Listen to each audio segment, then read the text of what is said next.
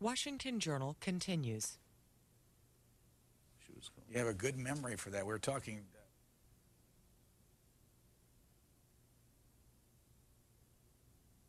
In March, you've been in this country for how long? About that long. So you've been here from the But beginning. in Washington, not quite that long. I came to Washington in 81 or 2, I don't actually, 82. I don't know where to start with you this morning, except that there's coming up some caucuses and there's primaries and all. Are you paying attention to the American really, election? No. No, so I haven't got any. I can't get anything out of it. I can't be a good citizen this year. I can't get interested, can't get excited. Is there any? I think it only encourages them. So all I go around, what I try and do in my columns and in my little appearances and so on, is trying to get people to treat the political leadership with the same, regard it with the same contempt that the leadership evidently has for us. I think that would be a start. I really think that last time it looked badly like a sort of prearranged campaign, everything taken care of in advance. The conventions were all choreographed, the presidential debates were all fixed. A friend of mine is actually bringing a lawsuit about that this year to prevent the two parties from keeping out other candidates if there are going to be any. But this time it feels like a fix from the very beginning. You know, it has an awful feeling of prearrangement to it. I heard a rumor that... and it seems to have the same effect on the much of the electorate as it has on me. In fact, I feel uncomfortably as if I'm a member of a majority for once in my life. Can you vote here? No. Do you ever intend Well, to? I wouldn't. I'm not. I'm privileged to be able to do this kind of thing to make myself felt. I heard a rumor, and it's not a rumor, I know, that you've been traveling. I have, yeah. I've just come back from Cuba. Why did you go to Cuba, and who'd you go with? I went with my family for partly for a holiday and partly because I'm writing an article about Cuba for the upcoming Vanity Fair. And I suddenly thought, I hadn't had any idea what to do about the millennium, and normally New Year's Eve is the only night of the year where I'm in bed by 12. I thought that would be a bit feeble this time. It suddenly occurred to me that the revolution took place in Cuba on New Year's Eve. You remember in Godfather Part 2? All the mobsters are there in the Hotel Nacional, and they think it's a fiesta going on outside the windows, but actually it's the entry of the guerrillas into Havana. Of course, then I got there and I found out that in Mr. Castro's view, he always has to try and be different. The millennium isn't until this coming year. I mean, he's one of those 2001 freaks. So he'll be in power 40 years? So all they did was mark 41 years of the Cuban Revolution. Did you see him while you were there, Mr. Castro? I did not. No. He didn't even come out and make a speech. I have seen him. I've seen him speak, and I've been in the same room as him, though we haven't met. Who went with you? Your family? Yeah. Your wife, maybe who specifically? Kids? My wife, my daughter, and my father and mother-in-law. How old are your children? Antonio is 6. And I have 2 other children who live in England now. Well, how long were you there? About 2 weeks? No, that's not true. About 8 days. What'd you find there? What'd you see? It's pretty bleak now. It's very bleak. It's very poor, partly as a consequence of the collapse of the Warsaw Pact, partly as a consequence of the lack of demand for the... It's still the same as ever it was. It's a colonial economy. It only really makes poisons like sugar and tobacco. It only really exports that kind of thing. The demand for them isn't very great. They lost their subsidy from the Warsaw Pact from Russia. Really very terrible austerity. And to make up the leeway, they've had to go for tourism in what I would describe as the most vulgar possible way. I mean, there are beaches and hotels and resorts and so that are reserved only for non-Cubans. You have to have dollars or you don't amount to a thing. But even if you are a Cuban and you do have dollars, there are things you're not allowed to buy. So there's a feeling of, well, they call it tourist apartheid amongst themselves. And then there's a sense of, I don't know what the word would be exactly, frustration, tedium, about the fact that obviously the regime can't last forever. I mean, it's a one-man show. And he's looking older and grayer and paunchier. Are you writing? He refuses to give any idea of what is in his mind. Are you writing for this magazine, Vanity Fair? Yeah. And in this cover story of February issue, Annette Bening and her husband, Warren Beatty. Yes. I guess she's pregnant here. Looks like it. Yeah. Let's go to Charleston. He's a great one, Mr. Beatty, for narrowing the gender gap. Let's go to Charleston, South Carolina, on the Republican line for Christopher Hitchens. Good morning. Good morning. How you doing? Good morning. Mr. Hitchens, I love it when you're on. I won't miss a minute of this today. Thank you. Even though I'm conservative. But I wanted to know, the last time I saw you on, you were pretty shaken up. This had to do with the machine, the liberal machine that went against you for writing an article apparently on on the impeachment or on Clinton's background. And I was curious, has this changed you at all, and how, to me, it seems like the political democratic machine works against people that come out against them or say something about the truth. I've always been curious about that, because to me you were really shaken up, and of course most of the country was probably on your side. I know I was. So I just wanted to see how that's changed you. Well, I don't think I was fortunate enough to have most of the country on my side. Not that I really much mind whether I do or not. I think it would be a bit much, should sound a bit self-pitying to say that I was the victim of a machine. There were unpleasant things were said about me because I had given the lie to the president's lawyers and aides in the Senate trial of the president. They said they hadn't been spreading rumors and calumnies and defamations about a female witness, several female witnesses, actually, if you go into it. I said that I knew that they had. It was as simple as that. Lots of people could have said the same, and have since. I'm depressed that it's gone away so quickly. I really am, and that this tactic of saying, well, let's move on and put this all behind us and move the country forward, actually an official language of amnesia, people saying it's better to forget, has become an okay thing to say. Shreveport, you're next. Yes, hello. I'd like to start off by saying that I'm a very proud socialist, and that's quite rare in Shreveport, Louisiana. What does that mean to you? Well, my ideas were formed as a teenager, actually, watching C-SPAN, being introduced to people like Christopher Hitchens and Noam Chomsky, and just the idea that people should live to, you know, sort of make life better for other people through, you know, through their own getting together and working for each other's good. I want to make a point. Somebody mentioned earlier, but George Will, that the media has a left-wing bias. When I was studying journalism, there was a sociologist named Herbert Gans that we studied, who said that journalists in general have a middle-of-the-road ethnocentric bias.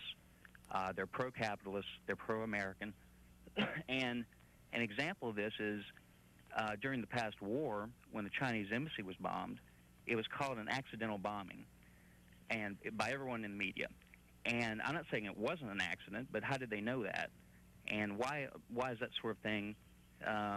Why do we let that sort of thing pass without commenting on it? Mr. Hitchens. Yeah, well, I caught that bit of Mr. Will's act, actually, just as I was waiting to come in, and I've heard the reply that he gives quite often, which is if you poll working members of the press in Washington and ask how they intend to vote, or how they did vote last time, you'll generally find them pulling the Democratic lever or voting the Democratic line. And as a matter of fact, in my experience, that's true. But it isn't true of the people who own their newspapers or their outlets. And it isn't, I mean, for example, if you add up another list, if you poll the press in a different way, look at the number of editorial endorsements that are given to candidates, I don't think a Democrat's ever got the majority of newspaper endorsements. Television programs don't tend to make endorsements, so I don't know quite how that would shake out. The ownership of the press and the control of it does not reflect a liberal bias, in my opinion. For example, I mean, take a simple example, every single newspaper has at least one heavily advertising-oriented business section, and very, very few newspapers even have a single person covering what used to be called the labor beat, the unions and the blue-collar world. So there would be an example of bias right there. I have found, though, in my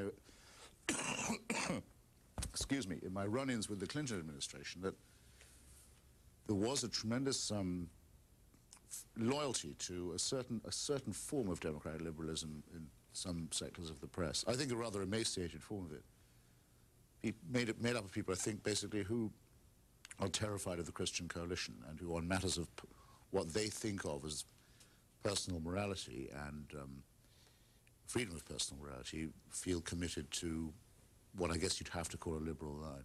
Fort Washington, Maryland. Good morning. You're on with Christopher Hitchens. Good morning, Mr. Hitchens. I'm so sorry. I'll just clear my throat for you. Fort Washington.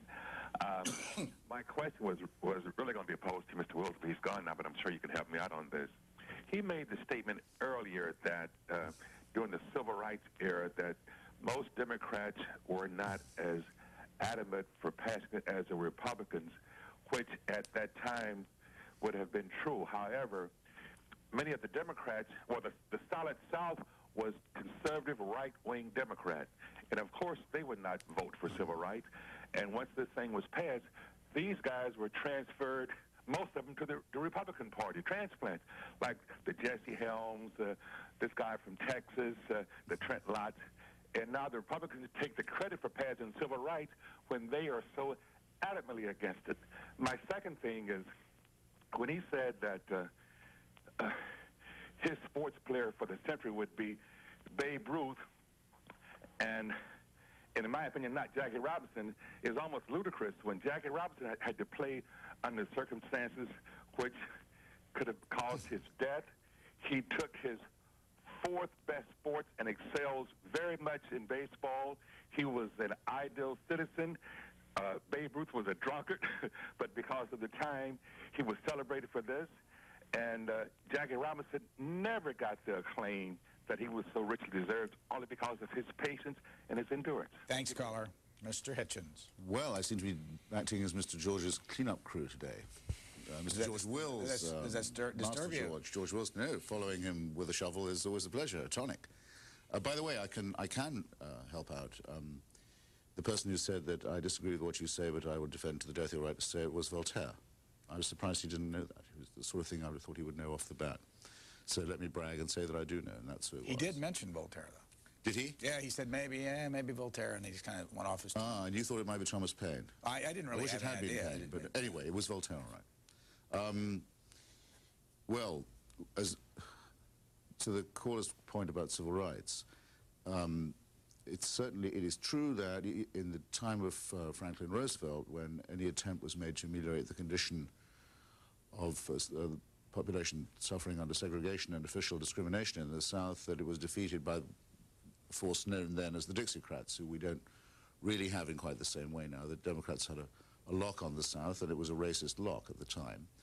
When Mr. Johnson signed the Civil Rights Act, he is supposed to have said, as he put down his pen, in fact, I think he was heard saying, or said to friends who reported it, that he thought that would be the death of the Democratic Party in his lifetime. It hasn't led to that, but it did lead to the emergence of George Wallace and to a sort of blue-collar backlash among white Democratic voters. Now, to the point about the Republican Party, my memory tells me this, that Mr. Nixon looked at that phenomenon in '68 and he thought there's no reason why those people shouldn't vote Republican if the thing's properly handled. We can detach them from the Democratic Party. It was actually called the Southern Strategy. In different ways ever since, the Republicans have tried to play that card. As for sports person of the century, you didn't ask, but I can't imagine not saying Muhammad Ali. Go to Columbus, excuse me, Columbus, Nebraska. Oh, gentlemen, good morning to you. Hi there. Mr. Hitchens, I wonder if you could give us a definition of the word misdemeanor, not misdemeanor, in the phrase high crimes and misdemeanor. The Democrats seem real comfortable in retreating to his character and his personal character now as a defense for the president's, actions in office. Can you give us a little recitation on misdemeanor and high crimes? There's an irony in your tone which I'm not sure I'm picking up properly, but let's say that we did have to go through a period when, for example, Democratic liberal defenders of the president were saying, well, what's a little perjury when you come right down to it? What's a little obstruction of justice if you come right down to it? What's a little, little of this, a little of that? I thought then, and I think even more now, that what should have been charged against the president in the impeachment proceedings, as well as the offences to the law that he did obviously and palpably and provably commit, was abuse of power. I wrote a long article showing something that is now much less controversial than it was when I first pointed it out, that it's a moral certainty that he did use cruise missiles against the Sudan on a target that was evidently bogus in the week of Miss Lewinsky's return to the grand jury, and that he used that promiscuous element of force, presidential whim, purely for private purposes. I count that as abuse of power. It seemed to me that it was a great failure on the part of the pro-impeachment forces not to charge that and not to remove the debate, therefore, from the area of, you say misdemeanor, I'll say peccadillo. I'll say it with sarcasm. The idea that these were minor personal faults of the president of the sort that we all might have or all might commit. Well, we don't all commit titanic abuses of power on that scale, and it's a pity that the subject's been let drop, though you may have seen, Brian, in the New York Times about 3 months ago now, an article, whole-page article by James Risen, I hope I'm pronouncing his name correctly, it's spelled R-I-S-E-N, quoting all the people in Washington, in the security world, in the Defense Department, in the CIA, and the State Department, who had at the time warned that that Sudan target was nonsense, and that the cover story about it was false. The amazing thing about the article was that having conclusively demonstrated all that, it didn't mention what else was going on that week. It didn't mention the fact the president was struggling to boost his ratings in a battle over impeachment. So to that extent, the attempt to airbrush the thing and put it all behind us appears to have worked, but some of us are not going to let it drop, and I'm pleased to say there's a lawsuit by the true owner of that factory in Sudan, which didn't make nerve gas but made medicine, and the suit is coming to trial in Washington, and he's going to win. Columbia, Missouri. Go ahead, please. Hi, Mr. Hitchens. I've always enjoyed your work in the nation. Thank you. And I really enjoyed your last very small book, but very powerful book, No One Left to Lie to. I thought that was very well done. Thank you again. Yeah, I'm a grad student in American history, and I just attended the American Historical Association meeting in Chicago. And they had a session on impeachment, and Sean Wilentz was on the panel. And I'm just kind of wondering if you might speak to the sort of public role, or, well, in this case, political role of historians, and also whether or not you ever saw Jesse LeMiche's sort of counter petition to Sean Wilentz's petition that said, in fact, what you just brought up, that he should have been charged with abuse of power for bombing. Caller, at a very opportune time. Let me ask you about your meeting in Chicago with the historians. Was there anybody on the panel that disagreed with Mr. Wilentz? Yes, there was. There was a lawyer, and I'm sorry I can't remember his name. There was a lawyer who I think did testify at the hearings. He's came off as a very staunch Republican. I think he even said at one point he was a very staunch Republican, but he was sort of presenting the lawyer sort of But side of the law. Were there any historians that would challenge the historians' involvement in that? No. No, there were no historians on the panel that really came out in terms of challenging Sean Wilentz. And I ask about the sort of collective amnesia among not only the nation at large, but and the media, but also among historians about the bombings, because I think that is the real issue, and Thanks. I think that is the real abuse of power. Thank you very much. Christopher Hitchens. Well, I mean, I could only say that I can't agree any more with that. I'd add perhaps one thing. I mean, what struck me as interesting during the impeachment question was that there were possibly 2 points of view you could take as to whether the president's breaking of actually existing American law did, as they used to say, rise to the level of the impeachable.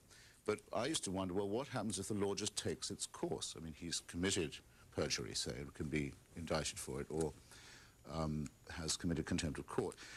The thing got out of sync. It's never been clear to me why Justice Susan Weber Wright took as long as she did to conclude that her court had been outraged and to cite the president for contempt. She didn't do it till after the impeachment hearings were over. Also, alas, it wasn't until after the impeachment hearings were over that the networks saw fit to run the, I thought, entirely convincing account by Mrs. Juanita Broderick of having been raped by the president. Not the only woman who can plausibly make this charge, by the way. That's another thing which makes people go all cold and withdrawn if you bring it up. They think, well, wait a minute. It's not that it isn't true or is true that there's a rapist in the Oval Office. It can't be true, because what would that make us, and where would it leave us?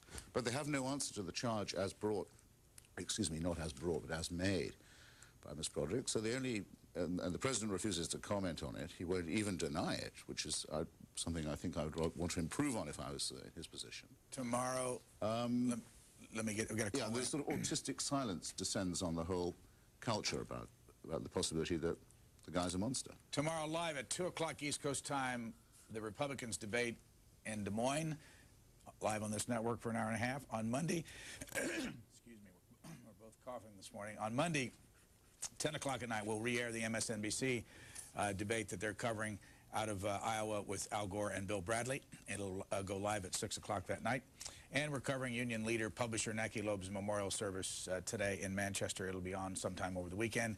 Petersburg, Virginia, on the Democratic line. Go ahead, please. Yes, I know this is a very naive statement, but I'm a 61-year African-American, and I fail to understand why a lot of Americans don't look at an issue first as to whether it's right or wrong. Forget about politics, forget about business. And I guess what I'm saying is with the Clinton impeachment, everybody knows that has been following the thing that Richard Mellon's case was a big person behind it. Everybody knew that John Gotti was a big mafia. Everybody knew that Frank Sinatra was involved with the mob. Young people, I guess in their 20s and 30s and 40s that are reading history knew that who was supposed to have killed Martin Luther King, John F. Kennedy, Bobby Kennedy, Malcolm X, did not kill them. They knew that there were others that killed them, whether it was a vast conspiracy or not. But they don't understand why there's so much crime in the streets, why young children are not obeying their parents, why they're rebelling against their parents. They seem to think that teenagers don't watch what you do more than what you say. Thanks. Happy to take it as a comment. Let's go to Chicago. Hello. You're on the air. Yes, Mr. Hitchens. I just wanted to tell you my two favorite speakers in the whole world are Bill Buckley and you. Hey. I haven't decided which one of you. Well, you should have been in Oxford, Mississippi the other day when I went to help record the last firing line show. It's come to an end after all these years. I sure wish I would have heard that. I work a lot, and I don't pay attention, and I miss a lot of good stuff. Caller, why are those two people that your favorite speakers? They're the most articulate and intelligent. I wish I had the cognitive ability to communicate an idea the way you guys can. I was just curious, if you don't mind my asking, Mr. Hitchens, how old are you? I was 50 last year, so I'll be 51 this year. And why 51 in April. And why do you think you were the last? You were on the last show on Firing Line? It was an honor, I thought. I mean, it was a four-a-side debate in Oxford, Mississippi. They wanted to wrap it up, and they chose me and Robert Kuttner, and I'm going to forget his name, but I don't know why I'm blanking on it. He's the mayor of Dallas, Texas. He's a very impressive guy. We're going to be hearing more of him, and his name is Ron something. I'm terribly sorry. I should know myself because he's been on this program. I'll think. Yeah, I'm sure somebody from Dallas will help us on this. Seattle, you're next. Hi, how are you? Fine, welcome. Yeah, I had a question for your guest. I was up early this morning, so I heard him speak about the bombing. Sudan?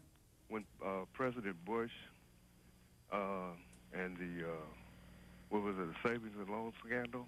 Mm-hmm. Now, during that time, that's when the Bush initiated the, what was it, the other war that nobody likes to talk about. Well, and it just seems to me that nobody ever talks about what was going on with the savings and loan scandal when that war got initiated, how it kind of fell back on the back burner. Mr. Hitchens? Well, as a matter of fact, I don't think that the savings and loan scandal was confined to the back burner. Mr. Senator, I should say, McCain, to this day has difficulty with the subject when it comes up, even though he was not the most prominent of the five senators who were recipients of the tremendous largesse of Charles Keating of the Lincoln Savings and Loan. It's true that one of President Bush's sons, I believe Neil Bush, who appears not to be governing even a single State of the Union at the moment, I don't know what became of him, was involved in a savings and loan. But I don't think that the strongest critic of the Bush family or of the Gulf War, and I would want to be numbered in both those groups, would say that Mr. Bush was able to start that war to distract attention from his son's business dealings. In my opinion, what Mr. Clinton did to Sudan, to Khartoum, in August of last year, excuse me, the year before, we must now say, it has no precedent. The worst you could say about Ronald Reagan's invasion of Grenada was that it was a distraction from the humiliation that the United States Marines had just before suffered in Beirut. You could say that there was an element of contrivance in the operation, but you could not say that Ronald Reagan did it because he was having matrimonial difficulties with Nancy. You couldn't say it was done entirely to save his own hide and for completely private purposes. You can, and in my opinion, must reach that conclusion about the bombing of Sudan. It is unprecedented as an exploitation, promiscuous, private, selfish exploitation of power by a sitting president. The magazine that you write for, Vanity Fair, has this cover story on Warren Beatty and Annette Bening, his wife. The reason I show you this photograph is a couple of months ago, this man was on the news constantly. Mm-hmm. What happened? Well, what happened was that Ariana Stassinopoulos, Huffington as she now is, Ariana Huffington indeed, had the idea, she's one of the authoresses of this idea of compassionate conservatism. She's moved a little more to the liberal side, I think, since initiating that. Had the idea that there must be someone to run as a candidate who would stick up for the poor and the downtrodden. And she proposed Warren Beatty. I don't think asking him in advance. I may be wrong about that. And quite a lot of people immediately got excited because he'd worked for Gary Hart. He'd been around, you know, the fundraising circuit. He's made some good political movies.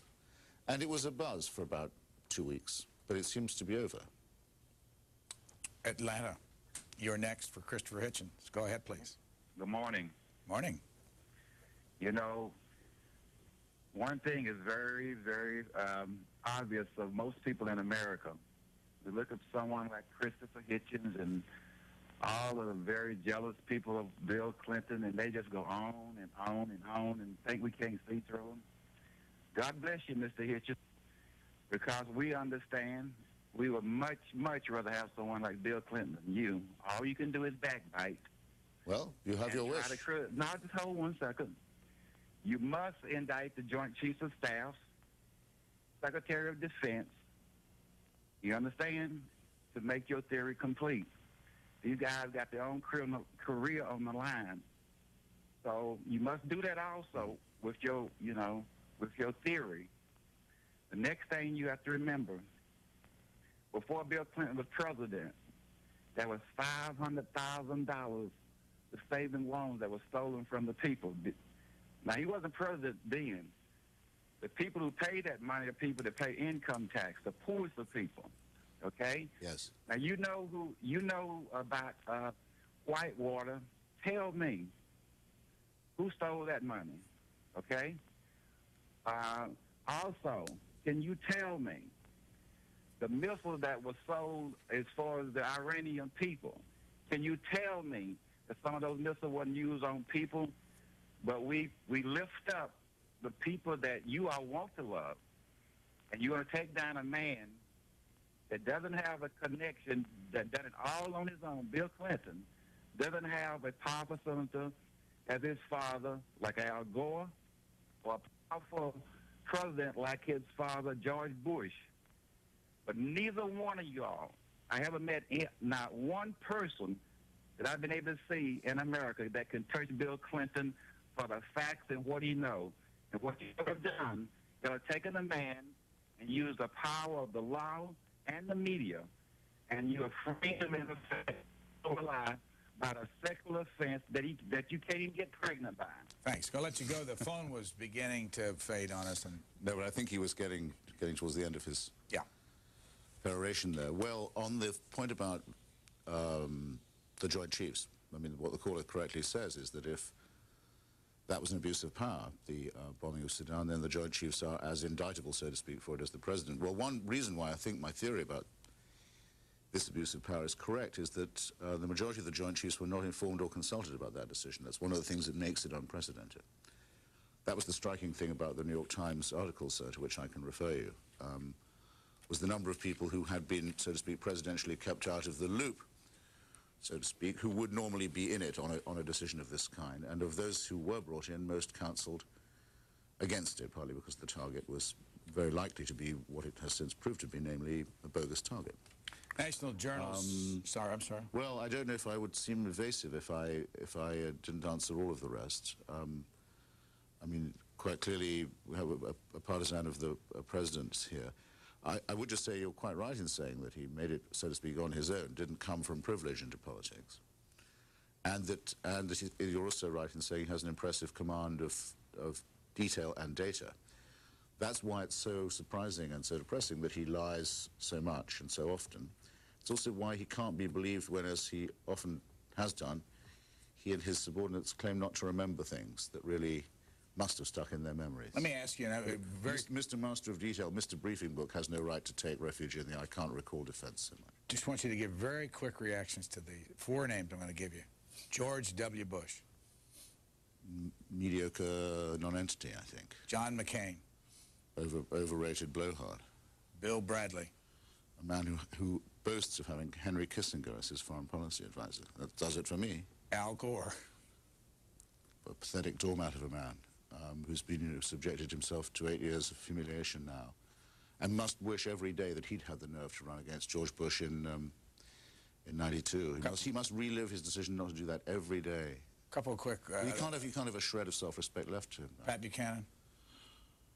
Well, Pat Buchanan represents a tradition that I abominate, the tradition of Father Coughlin and Franco and Joseph McCarthy and all the other people who he admires and wishes to resuscitate. Athens, Tennessee, on the Republican line for Christopher Hitchens. Go ahead, please. Yes, Mr. Hitchens. I was watching, I guess, well, it used to be the McNeil Learner here about a couple of 3 weeks ago, and they were interviewing people in Moscow on the street. And most of the people that they interviewed they believed that Russia had bombed their own apartment buildings. And I've never heard this anywhere else on the news, anywhere else about this being talked about. I mean, it's a reverse Bill Clinton. Instead of bombing a foreign country, they bombed their own country. What do you think? Well, I think the Russian treatment of Chechnya is now and has been for a very long time atrocious. It goes back a long way. You can read the works of Count Tolstoy, actually, who was a serving officer in the Caucasus in the bad old days of Tsarism, who decided. It's a wonderful novel called Haji Murat, the attempt to try and crush these Muslim Caucasian populations was doomed to failure, and would also corrupt Russia itself. I think he was right on both counts. There are some pretty gaunt figures among the Chechen leadership, I understand, but it's not impossible that they would have, after the near destruction of their capital city last time around, have opted for revenge of that kind. But it's nor is it impossible, as you suggest, that some element of the Russian mafia or some agent provocateur close to Mr. Yeltsin's police apparat staged it as a provocation.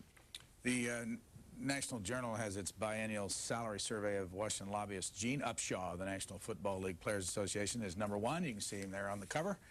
And he leads the magazine, Money Players they call it. Then they show over here the list of the top lobbyists, in addition to Mr. Upshaw, who was #1 and makes, I'll find it in a minute, it's over $1 million.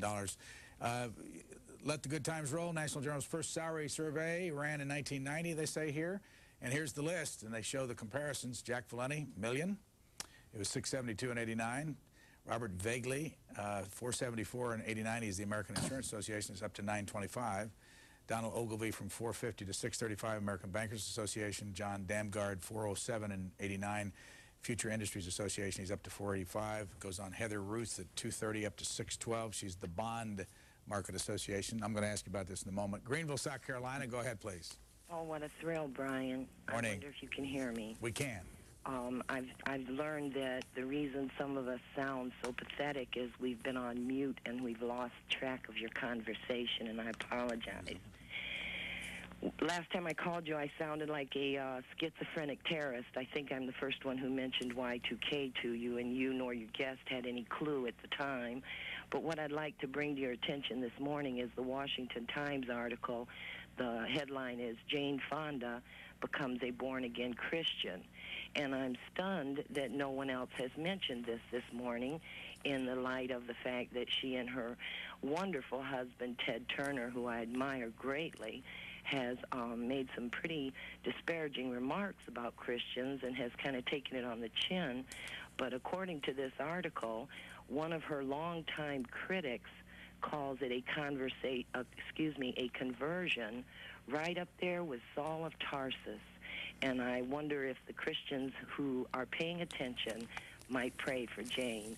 Thank you for everything, Brian. I love your show. Thanks. And by the way, you must not have been listening earlier because we talked about this. And, of course, when I need it, I can't find it. It's somewhere on the desk. It's on the front of the Washington Times. Oh, I know. I only noticed it this morning. I couldn't believe it was the only paper I was seeing it in. Well, it appears to be an element in the separation between, if you can have separate between, no, her separation from Mr. Turner. It came from here. It's an old story. Let's say what's today is the 14th. It started on January the 6th on a .com, a worldnetdaily.com. Joseph Farrow was responsible for the story. And the story in the Washington Times basically parrots what he said. And it says Fonda becomes born-again Christian, and she goes to the church, among other things, of her chauffeur down in Atlanta. Yes. And what would you like to... Are you a Christian? I'm not. What are you? I'm not a member of any church. I don't think that there's any supernatural guidance. And here's the article, by the way. I don't think my presence here is attributable to any form of divine intervention. What did you make of the story? I thought it was a sad little story. Why? Well, someone who's getting a bit old and a bit silly and perhaps lacking for attention, and who I would have thought it would have been content with being born once, which is all that, in fact, she's ever going to be.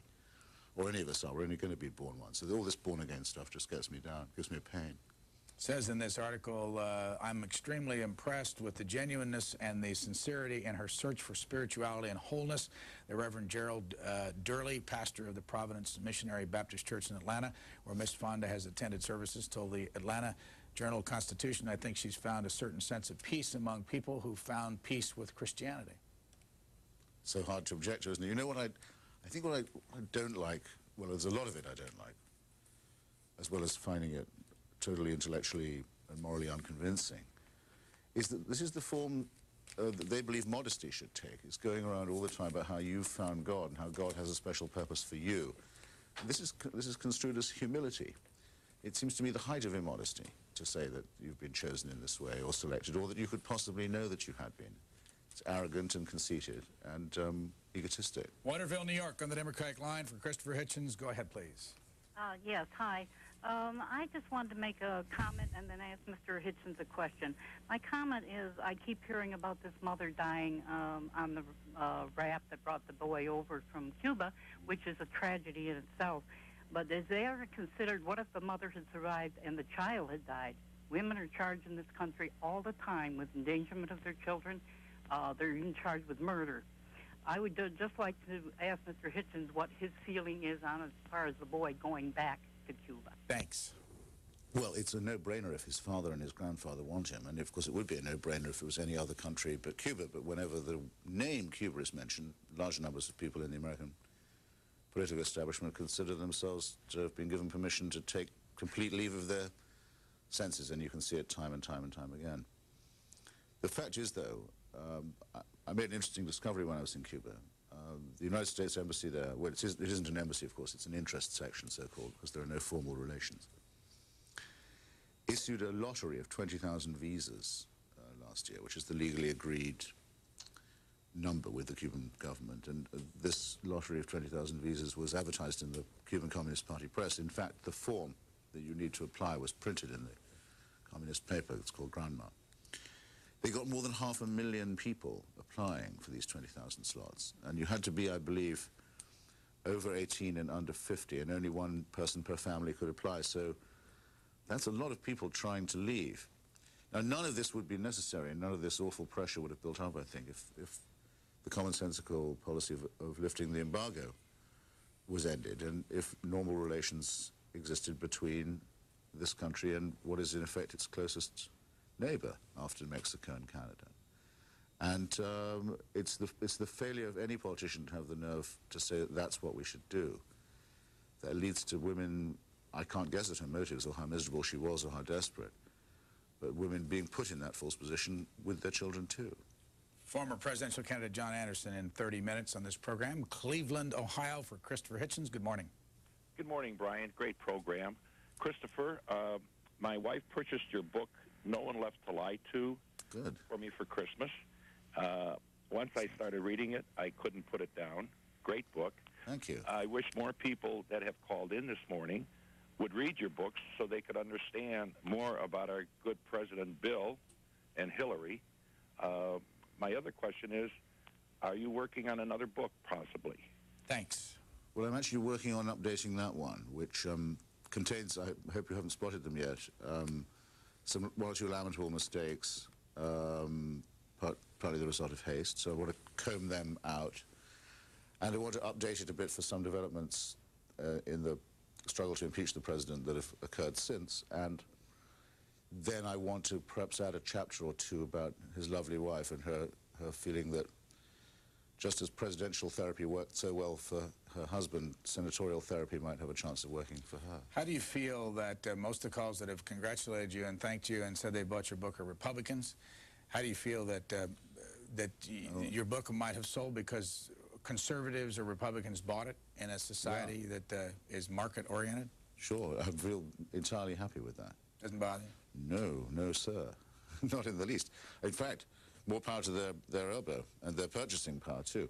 I went to a lot of conservative radio shows at that time and TV shows, too. I got some quite critical reviews in the conservative press, but on the whole, I got some ludicrously unfair and ill-tempered ones in what you might call the liberal press as well. It seemed to me that though they didn't charge abuse of power as they should have done, that the speeches and the reasonings offered, particularly by Asa Hutchinson and Lindsey Graham, and with my two favorite of the House managers, were just absolutely convincing, and that it is to the lasting disgrace of the Democratic Party that not one of its legislators was willing to break ranks and say what they knew. Or rather, say what they knew.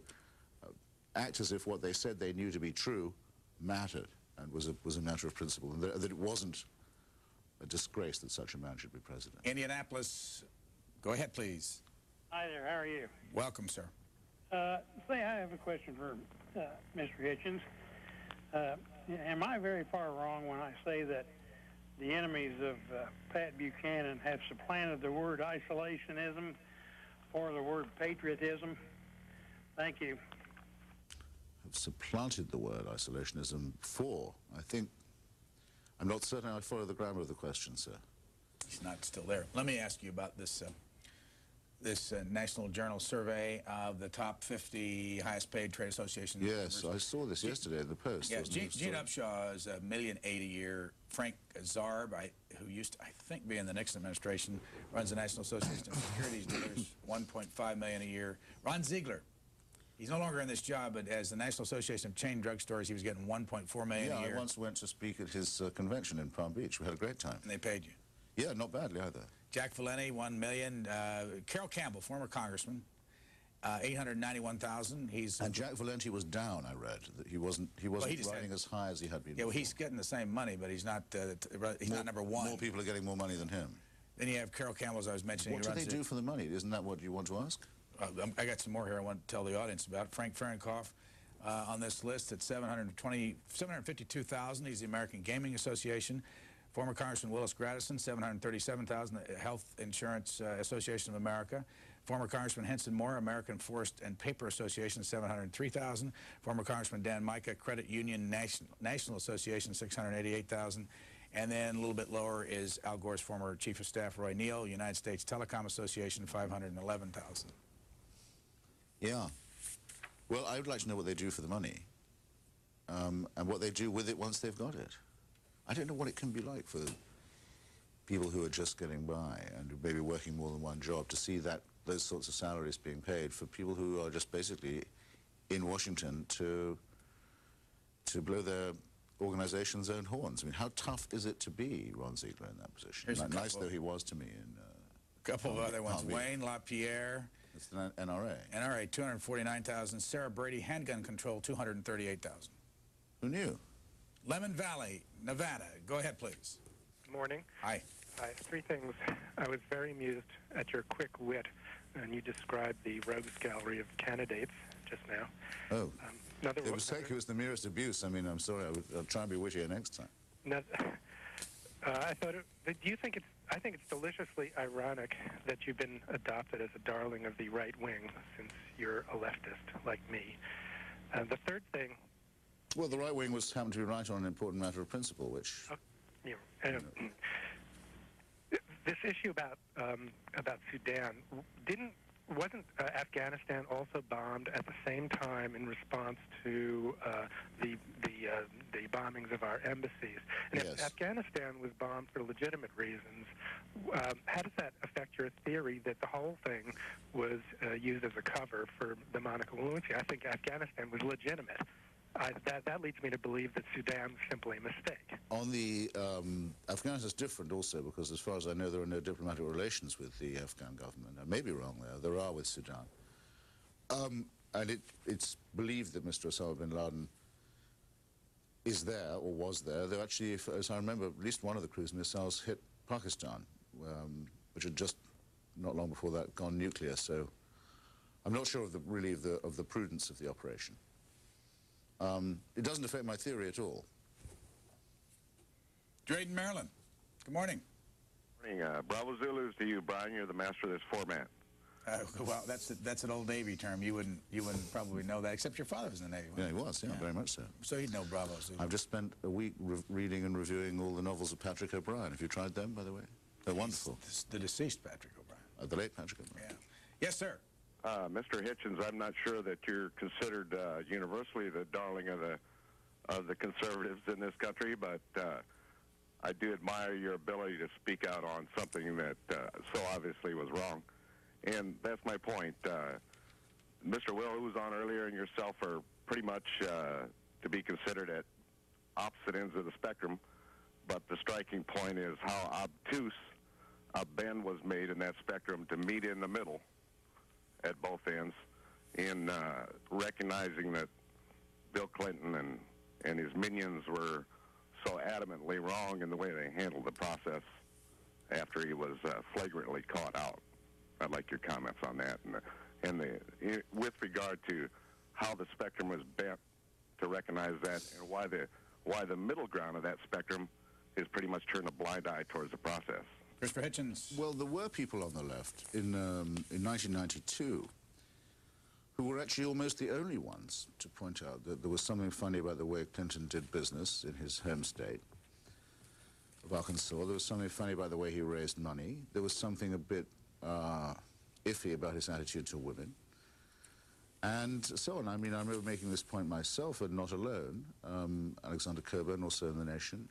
Ralph Nader and Jerry Brown both brought it up during the debates. And if you remember, Clinton was very annoyed at being asked these questions about his wife's business activities by Governor Brown of California. So at that time, the right wing wasn't doing anything about it because, well, what do you know? The Whitewater business is a savings and loan business, for one thing, or the Madison Bank is a savings and loan business.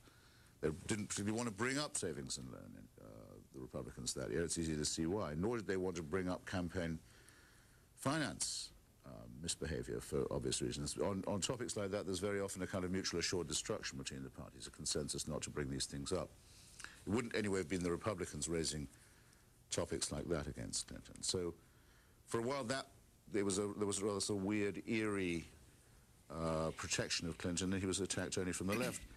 Then a force that you could, I suppose, describe as the Christian or moralistic right became more fully informed of the thing and more seized of the idea that Clinton was a rat bag and a draft dodger and a cheater and so on. And they began to make the running, and I'm afraid that had the paradoxical effect of scaring a lot of liberals who should have known better into saying, well, we can't be on the same side as these right-wing rednecks. Some of whom did indeed make hysterical accusations, such as that Clinton had murdered Vince Foster and all kinds of absurd things like that, which, I mean, suited his book only too well, because it then became possible to paint people, say, such as myself, who really did think the president was a crook and a psycho, as wackos and eccentrics and so forth. So it was a very low level of debate all the way through. But that's a partial guide to why it stayed low, in my view. Because some people in the audience, I have to use the word some, enjoyed your characterizations of people running. I want to try some more with you just to get, this is quick. Donald Trump. Oh, please. Well, he's managed to cover 90% of his head with 30% of his hair. Jesse, so that's an achievement. I'm sorry to see he's lost the Slovene supermodel, though. She was Al Newhart says today. Vola de Tour, huh? Al Newhart's upset about that today. He writes about Donald mentioned him. Jesse Ventura? Well, I liked what he said about religion. I thought that was courageous, and I was sorry to see him trying to back away from it. I know no bad things about him. He does somehow find it hard to shake the impression of being a clown, though. Ross Perot? No, the guy with a megalo... you noticed that McCain wants to call the man in charge of reform a czar. You noticed that this morning? I wish we could banish the word czar from discourse. We don't really need a hereditary autocrat, but it always seemed to me that Perot had a czar complex. Steve Forbes? Smart guy, and thoughtful, and running actually quite an interesting campaign. Burlington, New Jersey, good morning. Yes, I find it wonderfully ironic that Mr. Hitchens abominates Joseph McCarthy, certainly doesn't abominate his tactics as they were used in the last couple of years to take a little bit of truth, a swirl of innuendo, many accusations, and believe Juanita Broderick, for example, or any other such story. But regarding Lindsey Graham and Asa Hutchinson... Are you calling Miss Broderick a liar? If you do, you have more nerve than the president, who won't even discuss her accusation. No, I don't call her a liar, but why do you believe her?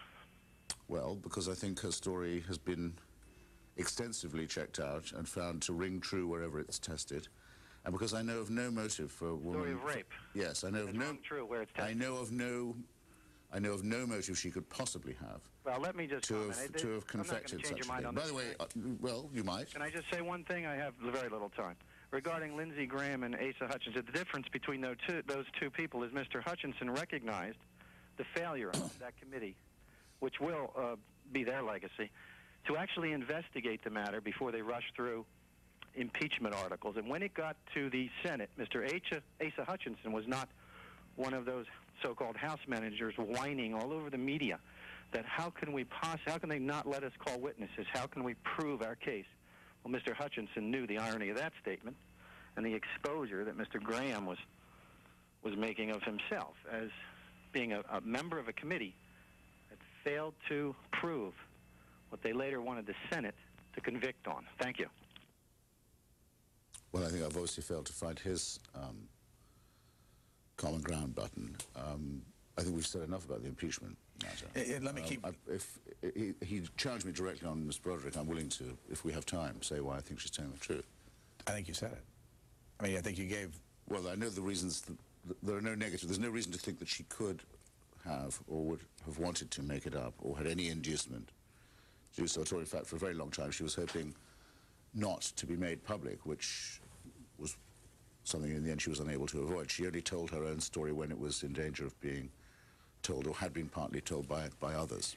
But for her, she was extremely reluctant to come forward, but every element of the story that Lisa Myers and the reporters on the thing could check proved out. And when the president was asked where he'd been that day, and he was, after all, Attorney General of the state of Arkansas, he wouldn't help furnish an alibi, and he has refused steadfastly to comment on it, even when practically begged by Sam Donaldson, who said, well, sir, won't you even deny it?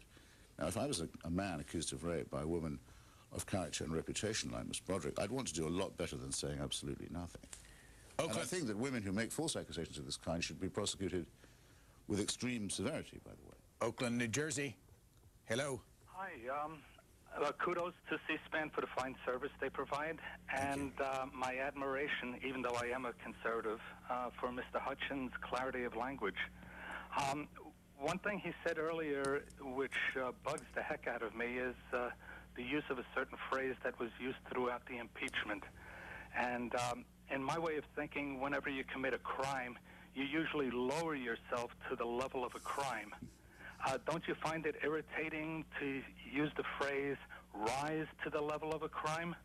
I think that use of the phrase is what made the difference between impeachment and not impeachment. Thanks. It's true, because they were saying at the same time that it would be lowering the bar for impeachment because it didn't rise to the level of. And I found that I kept having to work out which excuse was being made in what order. The fact of the matter is, though, that the bar for impeachment has now been raised almost out of reach. The ideal position to be in, I think, would be the next corrupt Republican president, because I don't think there'd be any way they could get you. You'd have if Wall Street was doing all right, you'd have a Wall Street defense. If you were lucky enough to be riding well in the polls, you'd be granted an opinion poll defense. If you were clever enough to include among your crimes abuse of or harassment of women, you'd have a privacy defense on the grounds no one wants to know what goes on in your private life. And the Democrats wouldn't be able to try and impeach you because that would be partisan, and you can't have partisan impeachment, so you'd have to be impeached by members of your own party only. Well, that would give you, I think, probably enough time to run out the clock, wouldn't it? So that's the Clinton legacy to the next Republican who might want to take advantage of it. Seymour, Indiana, you're next. Hello, Seymour, Indiana, you're on the air. Yes, I have a comment to make. I think the Republican Party screwed up when they did not nominate Pat Buchanan, because I think he was the man that could have beat Bill Clinton. Thanks. Well, Mr. Clinton isn't running this time, so that would have been a waste of Mr. Buchanan's efforts. Let me read you something. It's in the Washington Times. It's in the Inside the Beltway column by John McCaslin, and I want to find out how much.